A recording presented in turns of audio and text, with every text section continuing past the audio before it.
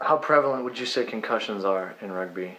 I'd say concussions are very prevalent in rugby because, I mean, no one wears any protective headgear except, sometimes players will wear a scrum cap, and that's just a really thin, like, mesh material that they put over their head, and that's more to protect, from, like nicks and, like, your ears from getting, hurt or, like, pinched or anything.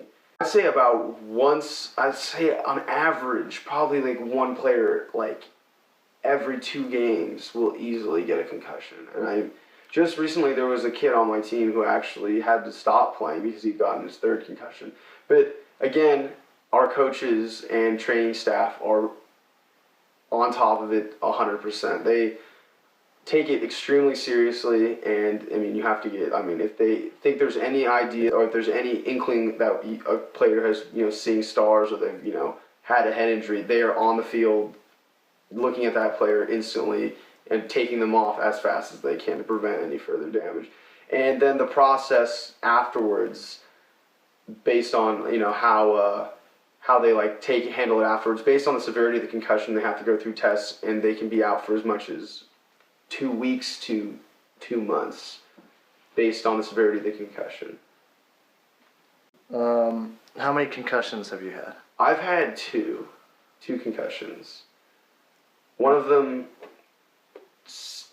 kind of severe. I got kneed in the face and blacked out, woke up with my trainer talking to me. Don't really remember. The other one, I just got hit in a ruck. It was really weird, and I just got up and I was dizzy.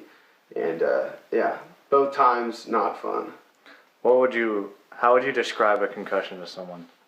Foggy, just like foggy, and like it's like a bad headache. Just like you try and think, and then a thought just isn't produced. If you know what I'm saying, it's just it's literally your brain functioning at a lower level for anywhere from 3, depending on the severity. But for me, it was 3 days where my brain was seriously lacking its normal functions. It was just slower, and that was just and that came with a headache, and the headache lasted for both of them. It lasted for about a day afterwards. And then after that, it was just dealing with the recovery. Well, what's typical protocol and recovery for just a general mild concussion? So typical protocol for a mild concussion kind of consists of you talk to our trainer. The trainer will diagnose the concussion, and if they want to go further, some people will go to the hospital and get it checked out further, which is always good. Some people will go to the trainers. The trainers are very sufficient in my mind at telling you how long you last. But you'll go through some tests. I think you at least sit out for a mild one. I think it's at least 2 weeks. They sit you out for 2 weeks.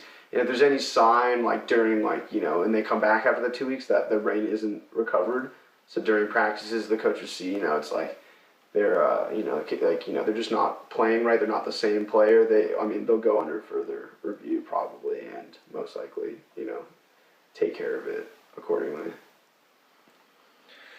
Do you think about concussions?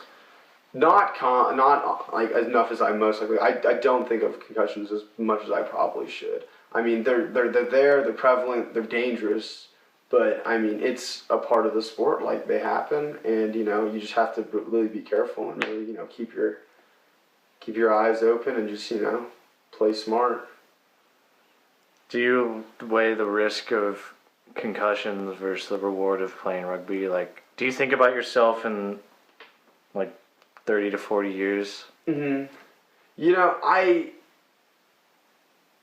I weigh the risk between playing rugby and concussions as a risk that is attached to a lot of sports, ranging from soccer to field hockey.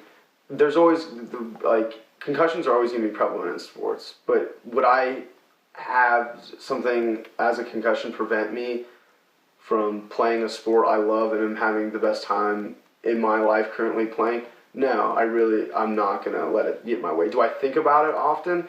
every once in a while, naturally, it'll come up. Like, I wonder if I get any more concussions. But I mean, based on like those first two concussions, I got both of those in high school, and since then I haven't gotten a concussion.